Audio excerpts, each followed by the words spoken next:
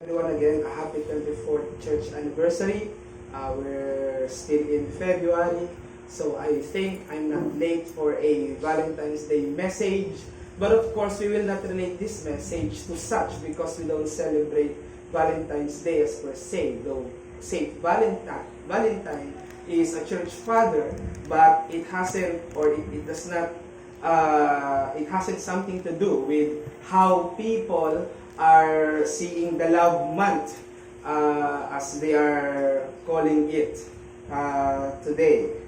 Well, the most I think memorable about this day is the first people power that happened in EDSA in 1986 at yun yung nag-cause ng pagkaka-oust ng dating president na si Ferdinand Marcos Sr. At hindi talaga natin makakalimutan yon dahil isang malaking achievement yan ng taong bayan na magpatalsik ng isang makapangyarihang tao sa isang bansa dahil lang sa pagkakaisa ng maraming mga tao. Kaya hinangaan ng lubos sa buong mundo ang people power na yan na naganap noong 1986 and that caused the Congress to draft and to compose the 1987 Constitution on which the primary aim is to preserve the democracy of the nation and to avoid the so-called dictatorship of the Marcos. And now we are being led by the son of that. But anyway, what actually the greater factor which I believe to be the reason as to why this movement has commenced is the death of Senator Benigno Aquino the Jr. Siya yung tatay ni Ninoy Aquino at nakita naman natin na sa kanyang so-called na pagmamahal sa bayan ay bumalik pa rin siya noong 1983 mula sa Amerika sa kanyang self-proclaimed na exile. So, nung siya'y bumalik dito sa Pilipinas, ay lumapag siya sa noon ang tawag ay Manila International Airport, but in commemoration to his heroic death, that airport has been named after him, Ninoy Aquino International Airport, which formerly was called Manila International Airport na nung panahon na yon ay sakop pa ng Parañaque City. Ngayon, siya ay sakop na ng Pasay. At isa sa mga remarkable na nangyari is the moment he landed in the Philippine soil, ay binaril siya at yun yung kinamatay niya. At isa sa naging tumatak sa maraming mga Pilipino ay yung kanyang sinabi, the Filipino is worth dying for. Ang mga Pilipino ay hindi nakakahinayang na maging dahilan ng aking kamatayan. And of course, it resonates with the last paragraph or a stanza of our national anthem, ang mamatay ng dahil sa'yo. But there is more realistic than that patriotic statement. And that is the love of God for His people. Ang pag-ibig ng Diyos sa kanyang mga tao na kung saan ay pamamagatan nating walang hihigit pa. I would invite you to stand and read with me to the book of John, chapter 15 and verse 13. So, tumayo tayo bilang paggalang sa salita ng Diyos. Basahin natin ang Ebanghelyo sang-ayon kay San Juan, Kabanatang 15, Talata 13. Well, para makuha natin ang buong context, babasahin ko po siya from verse 9 hanggang sa verse 17. Dahil nandiyan yung buong context ng ating exposition. I'll be reading from the English Standard Version. As the Father has loved me, so have I loved you. Abide in my love. If you keep my commandments, you will abide in my love, just as I have kept my Father's commandments and abide in His love. Verse 11. These things I have spoken to you, that my joy may be in you, and that your joy may be full. This is my commandment, that you love one another as I have loved you. And this is the heart of the text. Greater love has no one than this, that someone lay down his life for his friends. You are my friends if you do what I command you. No longer do I call you servants, for the servant does not know what his master is doing. But I have called you friends, for all that I have heard from my Father, I have made known to you. You did not choose me, but I chose you, and appointed you that you should go and bear fruit, and that your fruit should abide, so that whatever you ask the Father in my name, He may give it to you. These things I command you, so that you will love one another. Yan po ang mga salita ng Diyos na kinasisihan ng banal na Espiritu. Manalangin muna tayo sa Panginoon. Dahilan Diyos, papasalamat kami sa magandang araw, pagkakataon, pribilehiyong makapagsamba sa iyo, at sa mga pagkakataon ito, makinig at mangaral ng iyong salita. Dalangin ko na kayo ang magbigay ng kalakasan sa inyong paglingkod, karunungan, may pahayag, Panginoon, ng mga bagay na ito. Magbigay rin ito ng kapuspusan sa ikalalago at sa kabanalan ng mga nakikinig. At kung may mga kausap ako ngayon dito na hindi pa kilala ang Panginoong Kristo o hindi pa sumusuko sa kanyang pagkapanginoon, nawa maging mitya ito ng kanilang kaligtasan sa pamamagitan ng pagkilos ng banal na Espiritu. Ito ang aming samot panalangin sa pangalan ni Jesus. Amen. Kakapuna po tayo. Ito ay preaching ng ating Panginoong Kristo sa kanyang mga disciples. At ito ay mayroong pamagat na true wine kapag binasa natin yung ESV text.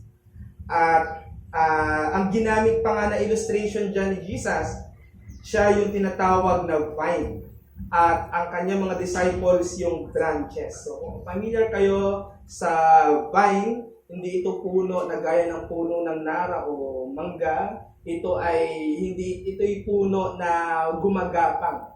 Ito ay klase ng halaman na mahaba yung kanyang pagtubo, kaya kailangang isabit siya at kailangan na meron siyang ginagapangan. Siguro naman nakakita na kayo ng ganyang klase ng mga halaman.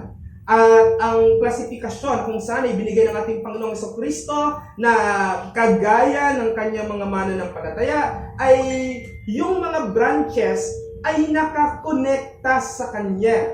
Ang mga disciple ay nakakonekta sa ating Panginoong Kristo. Pero ganun pa man, in-emphasize ng ating Panginoong Kristo na yung greatest motivation ng kanyang constant relationship sa mga disciple niya is no other than His love for them. The greatest motivation to which Christ constantly loves us is because of His love. This love is not from words only. Kumbaga, hindi salitang dila lamang, hindi galing sa dila lamang, kundi later on, makikita natin that this statement of love from the Lord Jesus Christ has been actioned sa pamamagitan ng pagbigay ni Kristo ng kanyang buhay sa krus ng Kalbaryo. At ang isa pang maganda dito, hindi tinawag ni Kristo ang kanyang mga alagad na alagad, kundi tinawag niyang mga kaibigan. Of course, it promotes a higher form of relationship that is intimate. Kaya yung chapter na ito nating binasa, nagpapakita na yung greater love that a man can give. Now, this is the uniqueness of our topic for today. Hindi natin aalamin lang paano magmahal ng Diyos sa tao. Ang aalamin natin ngayon, paano magmahal ang Diyos na naging tao. Sa konteksto ng kanyang pagiging tao bilang Kristo, paano siya nagmamahal? At how is it that His love is greater that a man ever can give? And that laying down his own life for his friends are something worthy to be called no other greater love. But of course, the issue for today, maraming mga tao at marami ring mga Kristiyano na kinakarakterize ang love as something romantic. Laging may involvement ng sweetness. Laging may involvement ng pagiging gentle. But if you are going to observe how romantic love works today, it's more of being selfish. Why? Because this is getting what the will or the flesh desire. Regardless of anything that might be lost. And many people today, ginagamit yung love as license. License para hindi maging accountable sa batas ng Diyos. Maraming tao ngayon na nagsasabi, if I'm doing anything out of love, then it is unquestionable. Kaya kung ako ay lalaki, at tumibok yung puso ko sa lalaki din, because that is love, I shouldn't be questioned. May pagbangga sa batas ng Diyos. Pero hindi natin isasantabi ang katotohanan ng mayroon nga talagang pagmamahal. Pero yung ganong klase ng pagmamahal ay pagmamahal na motivated ng kasalanan. At yan ay may matinding pagpapanagot galing sa Diyos. Ganyan ang paraan ng pag-ibig ng tao, lalo na ng mga hindi pa mananampalataya, kahit bumabangga sa batas ng Diyos. Ang sabi, basta't ginawa galing sa pag-ibig, hindi masama. Yan ang marami ngayon na kasabihan. Maraming mga prinsipyo ang tinuturo na ang Diyos daw ay pag-ibig. Hindi ko sinasabing mali yan. Yan ay totoo. Kaya any work of man that is produced out of love, regardless if it is sinful or evil, is acceptable. Kaya isa sa nakakalungkot na proclamation ng Roman Pontificate ay yung pagpayag na i-bless ang union ng mga same-sex. I would like to remind everyone that this church stands with the ground of absolute truth. Di tayo naniniwala na every person can have his own truth. That's stupid. Sa lagay, pag sinabi kong ako ay taga-moon, truth ko yun. Respeto mo. Don't believe that. That's foolishness. Let's go away from that. Ang kisa ating pinag-aaralan, ang salita ng Diyos, nagtuturo na may pag-ibig na higit kaysa iba. Ano yung mga pag-ibig na natatanggap nyo ngayon? And I will tell you of that kind of love that is greater than all of them. So please, listen. At yung pag-ibig na yan ay kukwento ko sa inyo sa araw na ito, pag-ibig na nauwi sa kamatayan. Pag-ibig na nauwi sa pagbibigay ng buhay ng umiibig. Yang kaso sa maraming tao ngayon, people today loves without sacrifice. Ambagan tayo. Ambagan tayo. Practical na tayo ngayon. So selfish. Many people loves just for pleasure, for fun. Kasi, kaya gustong-gusto kitang kasama, masaya kang kasama. Lagi mo akong napapatawa. Alam mo na may pangangailangan ako or anything like that. At marami nagmamahal para lang hindi maging lonely. Hindi makakaranas ng, teka, nag-iisa ako. Pero, if these things are gone, affection and love are also passing away. Alam niyo kung bakit? Ganito ang human love. Ang human love, nababalutan ng pagkamasama ng tao. Kaya, majority of people, especially those who are not in Christ, the love that they are giving to their self is self-love. Kahit sabihin mo, minahal ko ito, pero because you are benefiting from her or from him, on whatever manner it is, that is still for your self-pleasure. Para masatisfy mo ang iyong sarili. I'm telling you, that is not the kind of love Jesus has for you. So this is my message. Jesus Christ gave His own life to His friends to show them that His love is greater. And this virtue of love is mirrored in the believers. Tagalogin ko, si Yeso Kristo, ibinigay niya ang kanyang sariling buhay para sa kanyang mga kaibigan upang ipakita sa kanila na ang pag-ibig niya ay higit sa lahat. At ang antas ng ganitong pag-ibig ay sumasalamin sa mga mananampalataya. Dalawang klase ng pag-ibig ang pag-aaralan natin. Greater love of Christ and greater love mirrored in the believers. Pag-usapan muna natin yung greater love ni Christ. Balikan natin yung verse 13. Nais kong basahin ulit sa Tagalog na, sarili kong pagbabaybay. Walang higit na pag-ibig meron ng isang tao, kundi ialay niya ang kanyang sariling buhay para sa kanyang mga kaibigan. That someone lay down his life for his friends. Who would do that? Hindi tayo kaibigan ni Ninoy Aquino. Kaya hindi ko sasabihin na para sa akin yung kamatayan niya. Sinabi niya lang yun. Pero hindi natin alam kung anong nasa puso talaga yung sinasabi niya. That someone lay down his life for his friends.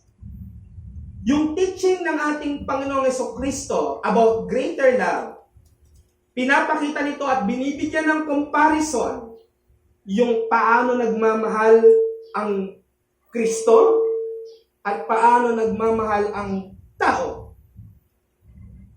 Ang pag-ibig niya, sinabi niya sa verse 9, basahin natin, as the Father has loved me, so I have loved you, abide in my love. Ang klase ng pag-ibig ni Kristo, kagaya ng pag-ibig ng kanyang Ama. Saan natin makikita ang pag-ibig ng kanyang Ama? Sa John 3:16, for God so loved the world. The God there refers to the Father. Na yung extent ng pag-ibig ng amang yon, kayang ibigay yung kaisa-isa niyang anak para sa kanyang sinisinta. Kaya pwede nating sabihin na ang John 3:16 ay si Christ din because the text says that His love is as of the Father. So that's the context there. Ang pag-ibig din ng ating Panginoon ay Father and Son intimate love for each other. Sa theology, tinatawag itong covenant of redemption. May pag-ibig ang Ama sa kanyang anak at ang anak sa kanyang Ama. Kaya nga, pag nilaliman natin ang ating pag-aaral sa kaligtasan, bagamat laging sinasabi na matay si Kristo para sa iyo, pero theologically speaking, no. Namatay si Kristo para sa kanyang Ama. Dahil mahal ng Ama niya ang mga hinirang niya, mamamatay si Kristo para masatisfy yung Ama niya. Hence, He died for His Father. Meron silang love na ganoong klase. At yung manner ng pag-ibig ng ating Panginoon ay para bigyang katiyakan ang pangwalang hanggang kondisyon ng kanyang mga kaibigan. Na ang kondisyon na ito, kailangan niyang ibigay ang kanyang sariling buhay para sa ikabubuhay ng kanyang mga kaibigan. Who would do that? You will sacrifice everything that you have for the sake of friends? I would understand if it is your family, if it is your wife, if it is your husband to whom you will sacrifice for. But for friends, you gotta be kidding me. If you do that, but Christ did that. At para bigyan ng paglalarawan, nung si Haring Saul at yung anak niyang si Jonathan ay namatay, si David ay very loyal kay King Saul. At best friend niya, si Jonathan, parehas namatay. Samantalang si Saul, ginagawa ang lahat para mamatay si David. Dahil meron siyang matinding selos kay David. At alam niyang si David ang susunod na magiging hari. Pero dahil siya ay unregenerate, ginusto niya na anak niya ang papalit si Jonathan. Pero si Jonathan, willing mag-yield para sa kaibigan niyang si David. So Saul and Jonathan died. At syempre, sa normal na tao, si David dapat mag-iigante. Dahil ang dami-daming ginawa ni Saul para siya mapatay. But ano ang ginawa ni David? Inutusan niya ang kanyang army, hanapin niyo ang pinakamalapit na kamag-anak ni Saul. At ang expectation, baka ipapatay niya. Kasi para walang threat, para walang umagaw sa kanyang pagiging hari. Kasi ganun yung normal na nangyayari. Pero ang purpose ni David kung bakit niya pinapahanap ang pinakamalapit na kamag-anak ni Saul ay dahil gusto niyang paggantihan ng kabutihan. Kahit gusto na siyang patayin, ang nasa isip niya, hindi ko pa naibibigay ang pinakakabutihan na dapat maibigay ko. Kay Jonathan at kay King Saul, gagawin ko ito sa malapit niyang kamag-anak. At napakaswerte nun, si Mephibosheth.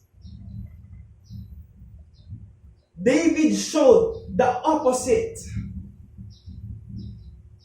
He wanted to give his most kind love for the sake of his friend. And Jesus commanded us to love our enemies. Ganyan ang Kristiyanong pag-ibig. Kahit yung hindi dapat mahalin, mahalin mo. Dahil ikaw at ako ay hindi dapat mahalin. Kapag sisiyasatin mo ang bigat ng pagkamakasalanan mo, ang kataksilan mo sa Diyos, may makikita ka bang rason na dapat ibigin ka ng Diyos? And yet Christ showed the opposite. We are naturally an enemy of God. But Christ loved us and He even died for us. What manner of love is that? Anong sabi ni John, the same author, sa kanyang first letter, general epistle? Behold what manner of love the Father has for us, that we become the children of God. Mga kapatid at mga kaibigan, ang pag-ibig ni Kristo ay dakila dahil hindi nito iniisip ang mawawala sa Kanya, ang Kanyang buhay, para lang maibigay sa Kanyang mga kaibigan. Kaya ang pag-ibig ng ating Panginoong Jesucristo, sacrificial.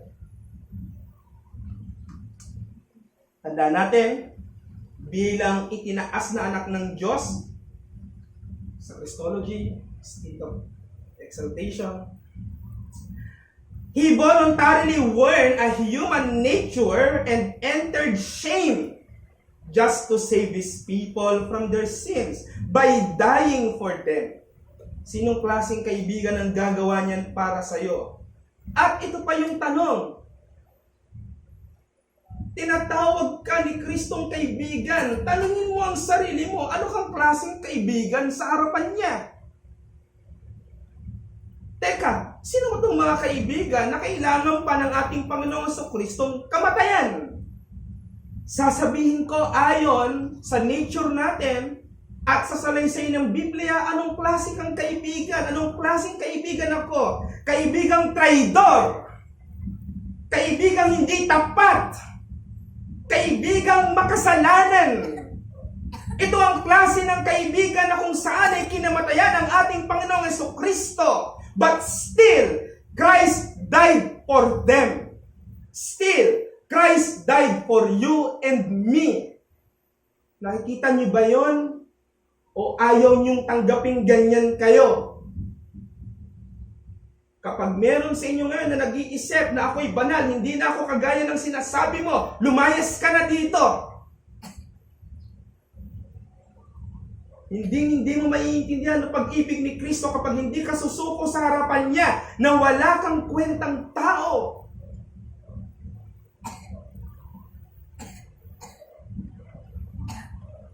Merong dalawang anak na binigyan ng kanyang ama ng dalawang equal na allowance. baon sa eskwelahan.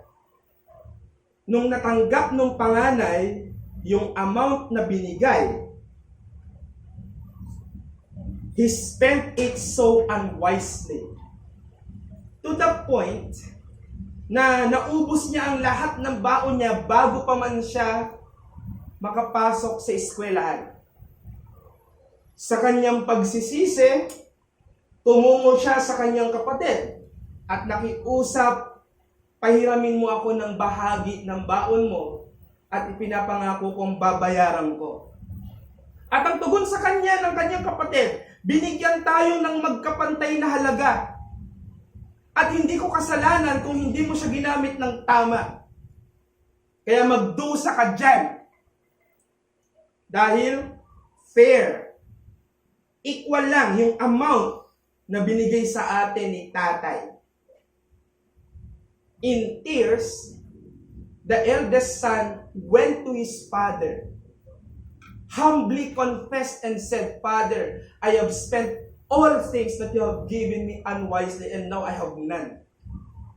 At nakita yun ng kanyang kapatid.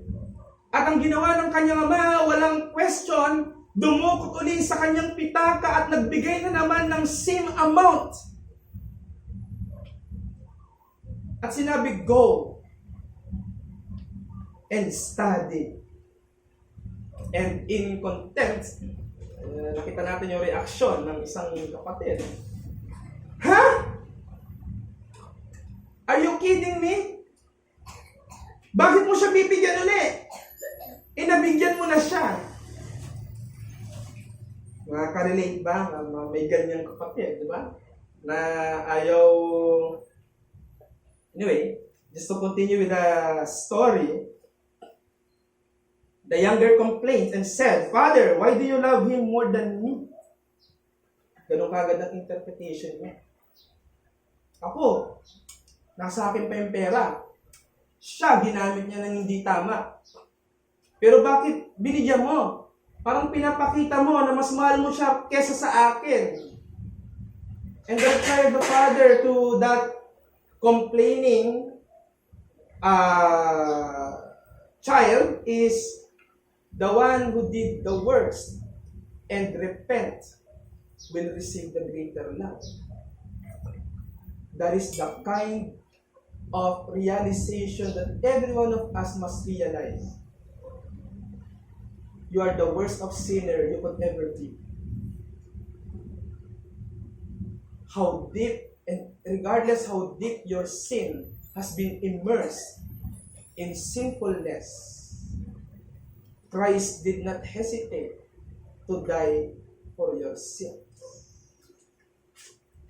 Point.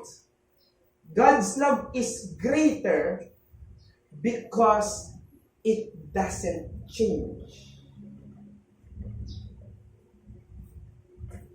And it just only abounds even more amidst our sinfulness.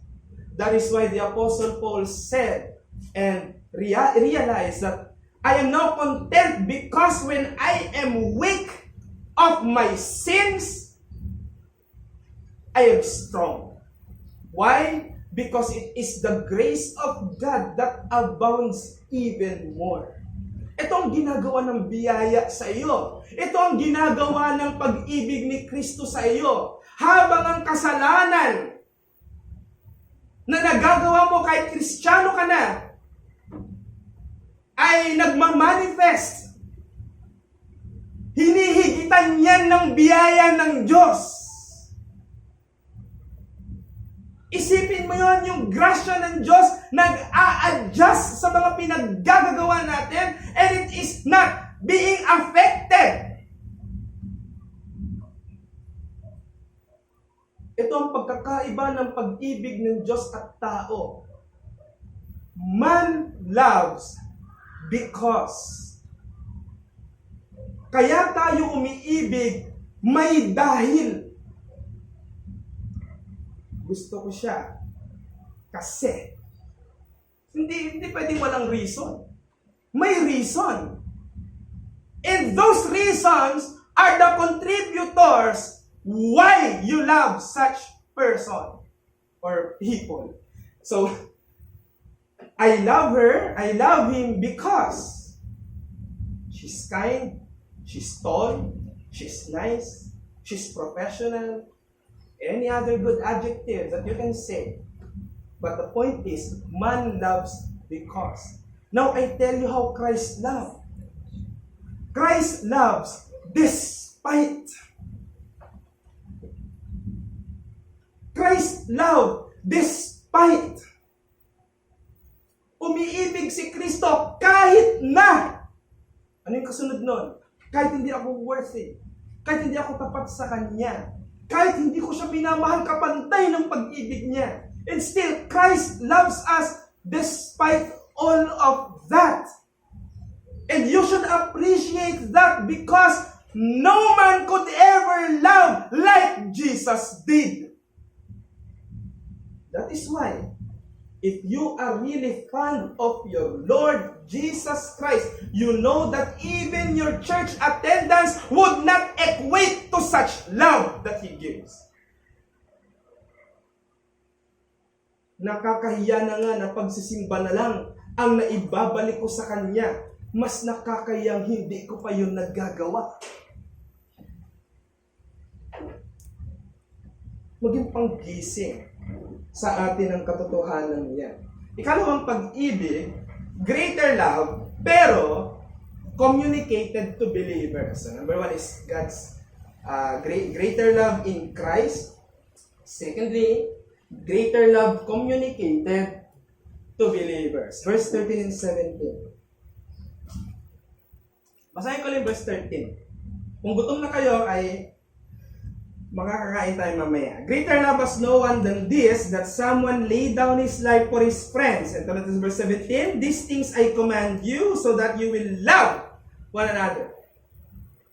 Pagka sinabing si Kristo lang ang may kakayanang magmahal ng ganito, mamaliin ka na ng text. Kaya sinabi ni Kristong ganyan ang pag-ibig niya kasi utos niyang magmahal din tayo gaya nun. Ito yung point dyan. Hindi sinabi ni Jesus na siya lang yung may ganyang greater love. Kundi the manner on which Christ said that, sabi niya, no, greater love has no one than this. Sabi, ibig sabihin, mayroong lesser love, mayroong greater love. Pero hindi niya sinabing siya yung nakagawa lang ng greater love.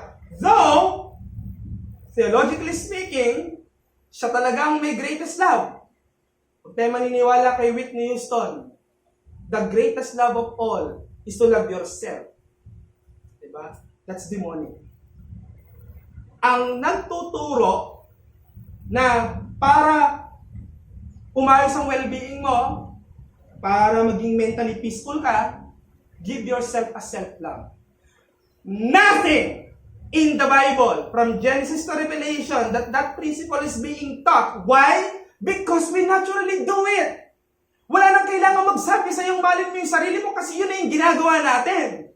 Kaya nga ang utos sa atin ng Panginoon, malin mo ang kapwa mo kung paano mo minamali yung sarili mo. Kasi automatic yun. Ngayon, kapag tinuturo pang malin yung sarili mo, ibig sabihin, ganun mo pinapakita kung gaano ka kademonyo. Napaka-opposite niyan sa turo ng Biblia. Christ is referring here that there is a greater love that a person can give like Him. Hindi kayo, lalo na mga YP at yung mga sangkatandaan din natin. No?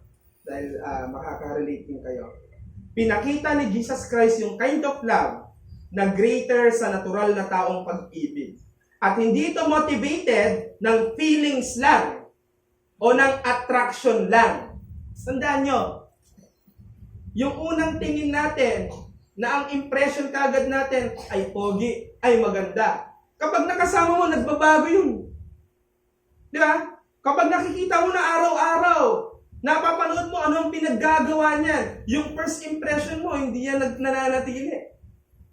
Sa umpisa lang yan, nakikita yung outward appearance. Pero kapag nakasama mo na, mas nakikita mo na yung inward Minsan makikita mo, dati gandang-ganda, dati gwapong-gwapo ko dito, pero ngayon, hindi na. Dahil nagre-reflect na rin yung kanyang inward being. Kaya ang pag-ibig ng ating Panginoong Jesucristo, hindi motivated ng mere feelings or attractions or beauty and many other outward appearance, but is motivated by His pure grace. Kaya nga tayo bilang mga Kristiyanong Reform, anong sinasabi natin? Sola gratia. Laging by grace alone. By grace alone.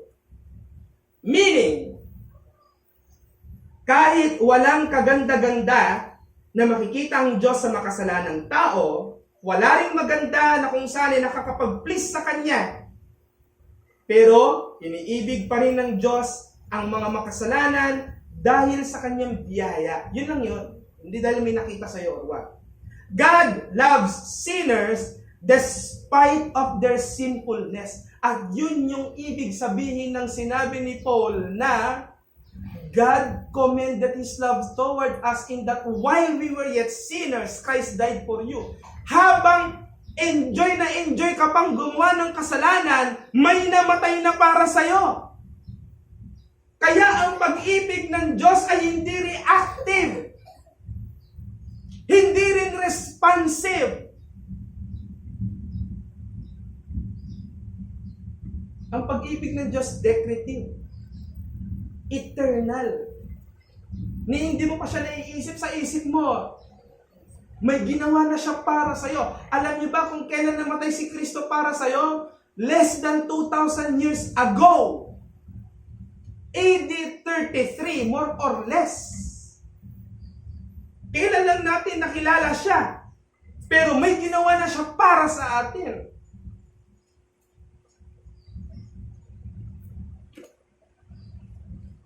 Mga kapatid, may mga tanong dito na dapat nating sagutin personally.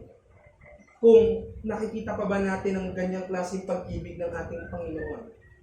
Do you still remember or even reminding yourself na ang reason kung bakit ka nabubuhay sa ilalim ng grasya ng Diyos ay dahil may namatay para sa iyo? Na-appreciate mo pa ba yung fact na yung someone na nagmamahal sa iyo greater than anyone else ay napatunayan niya yan because He offered His life for you? And you still remember that Jesus loves you and that He died for you? Those are the questionnaire that you should always ask yourself every time you feel your flesh so lazy to respond to His grace. Sabi nga kanina sa Sunday school, yung spirito mo willing, yung flesh mo hindi. And how you can overcome that? Remind yourself of God's grace. Remind yourself of what Christ has done for you. Yan ang panawagan ni Kristo sa verse 9. Abide in my life. The call is to love others. Dito papasok yung punto ko. Kung ganito yung quality ng pag-ibig ni Kristo, may dinidemand sa atin na quality ng pag-ibig na dapat din nating ibigay sa iba. Love others in the same manner Christ loves you. To wifey who are still in search of someone to marry, or you may have entertained anyone. Ang standard ay, mamahalin ba ako nito gaya ng pag-ibig ni Kristo? If the answer to that question is no, learn.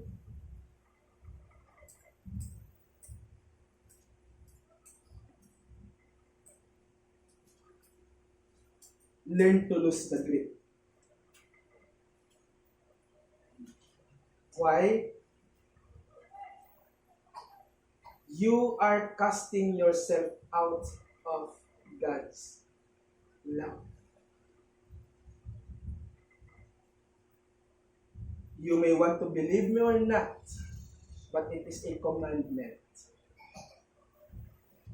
Mamahalin ba ako nito gaya ng pag-ibig ni Kristo? The only people who can love people the way Christ loves us are no other than those who are born again believers, Christians. And these are people who have developed through the Holy Spirit a kind of love that seeks for the welfare of others rather than their own. And I would tell you, ladies and gentlemen, only Christians can love the same manner as Christ loved.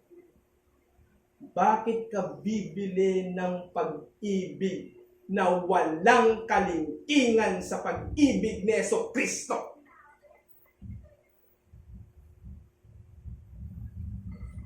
Binigyan ka ng pambili na kaya mong bili ng pinakamamahaling sapatos, bakit ka bibili ng imitate? Why do you still value cheap love when the greatest love has been given to you? My brothers and sisters, don't afford that kind of love. I call it pig food. Kanin baboy! Kanin baboy ang ganyang klaseng pag-ibig. Ang pinopromote ng mundong ito na mga pula, mga pusong nakasabit, mga commercial ng kung sino-sinong tao na nagpapakita ng kanilang love team are very, very, very different to how Christians should love. Tigilan na natin yan. Mga ganyang bagay. At marahil pinapanalangin din natin, Lord, bigyan mo ko ng taong mamahalin ako na deserve ko. That's our prayer. Kung yan ang prayer mo, bibigyan ka ng Panginoon talaga ng taong napakawalang kwenta. Dahil ang deserve mo ay ganun. Pero we are no Christians. I tell you, kung nananalangin ka, Lord, give me people who will love me the way I wanted to be loved, I will tell you, brothers and sisters, God has already given them to you before you even ask of it. Sasabihin ko sa inyo kung sino yung mga taong may greater love sa inyo ngayon. Nung wala ka pang kaalam-alam sa buhay mo, wala kang ibang alam kundi umiyak lang ng umiyak, na hindi mo naiisip ang sarili mong kaligtasan, ang iyong ama at ang iyong inak, ama at ina, sila yung nagpupuyat para sa iyo. Sila yung nagpapakain sa iyo. Sila ang nagbigay sa iyo ng tahanan na komportable kang humihiga, komportable kang kumikilos. Kapag kami mga tao, when someone pick on you on the streets, sino bang kumakampi sa iyo? Sino bang nakikipag-away para sa iyo? Di ba mga kapatid mo? Sino nagtatanggol sa iyo? Di ba yung mga kasama mo sa tahanan? Think about those people na pinupuntahan mo kapag ikaw ay embarrassed. Kapag ka may nakakahiya kang nagawa, pupunta ka ba sa girlfriend o boyfriend mo para sabihin yung nakakahiyang bagay na ginawa mo? Hindi ba pumupunta ka sa mas komportable kang tao? Kung may taong napupuntahan ka para doon, kesa sa sinisinta mo ngayon, yun yung may greater love sa'yo.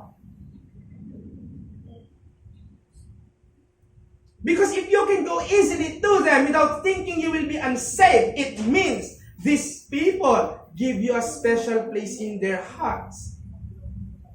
Pag-isipan natin yan, mga kapatid. Think about those brothers and sisters in Christ who sees you and loves you more than yourself. Mga kapatiran yan. Yung hindi mo maibigay sa sarili mo, nakikita nila. Yung kahit hindi mo hinihingi, binibigay nila. These are the people who are just silent at the background, and you are not even thinking about them. But you are never absent in their prayers. Brethren, bago mo kausapin ng Diyos, at bago ka maghanap ng tao na gusto mong ibigin, ask this first: who are the people who truly love me? And I would tell you, there are answers.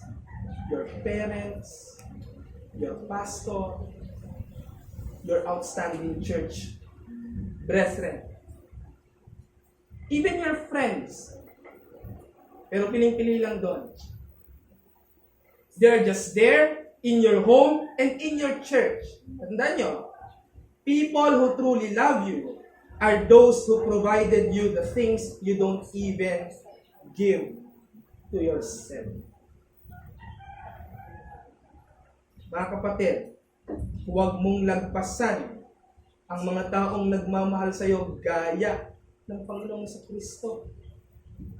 Hanap ka ng hanap, meron ka namang nilagpasan.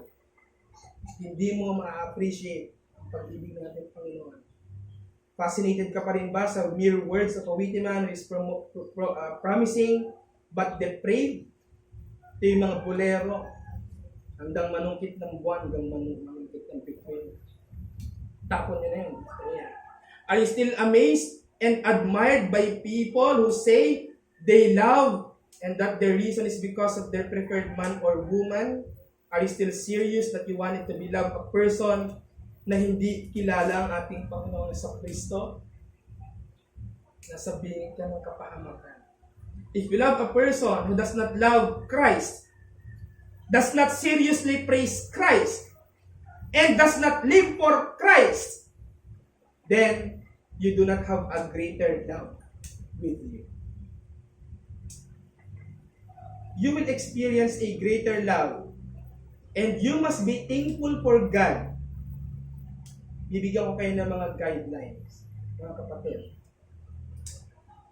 that nakikita nyo na yung mga sumasalamin sa pag-ibig ng ating Panginoong sa Kristo. These are the qualities you should see. Number 1, if this person constantly prays for you. Pwede mong tanongin yan. Kapatid, honestly, pinagpipray mo ba ako? Pag sinagot yes, tuwing kailan? Pwede ka mag-interview. Secondly, if there are people who are constantly thinking about you and your needs. Hindi ko pinaghiwalay Merong isip ng isip about you, pero pag nanasa na sa isip. Thinking about you and your needs. Huwag niyong paghiwalayin yon. Kapag ka ang qualification mo lang, gusto ko ng taong lagi akong iniisip. Paano kayo iniisip? Yun ang tanong mo sa sarili mo. Kaya dapat, who is thinking about you and your needs. Third, a person or people who are willing to sacrifice things for you. Hindi yung kaibigan mo, pero pagkagipitan, teka, pass muna ako dyan. Teka, wag muna. Diba? Pero, kapag ka sinabing, sagot niya, ganito, andyan. Number 4, ready to help you and encourage you when you're down and demotivated. These are people na maaaring sa kasiyahan mo, di mo naman sila naiisip, kaya hindi ka rin nila pinapansin kasi masayang-masaya ka, pero they're present kapag nakikita nilang you're downcast. Ito, totoo ito mga. And number 5, willing to give his life for you. Paano mo makikita yon? Yung hindi siya nag-aatubiling may mawawala sa kanya para mapunan ka. These are the qualities of Christ that can be mirrored. Remember, in the doctrine of nature and attributes, God's love is communicable attribute. Ibig sabihin, attribute niya na pwedeng makapi ng tao, though not perfectly. Number 6 tayo, 1 short of 7, ang Lord lang ang may perfection ng everything. So if these 5 qualities ay makikita mo sa isang tao, you're blessed. beyond measure. Sa mga may asawa, sana nakikita nyo to sa asawa nyo. At i-challenge nyo sila kapag ka hindi. Okay, ikaw ay may na-entertain pa lang, hanapin mo ito sa kanya.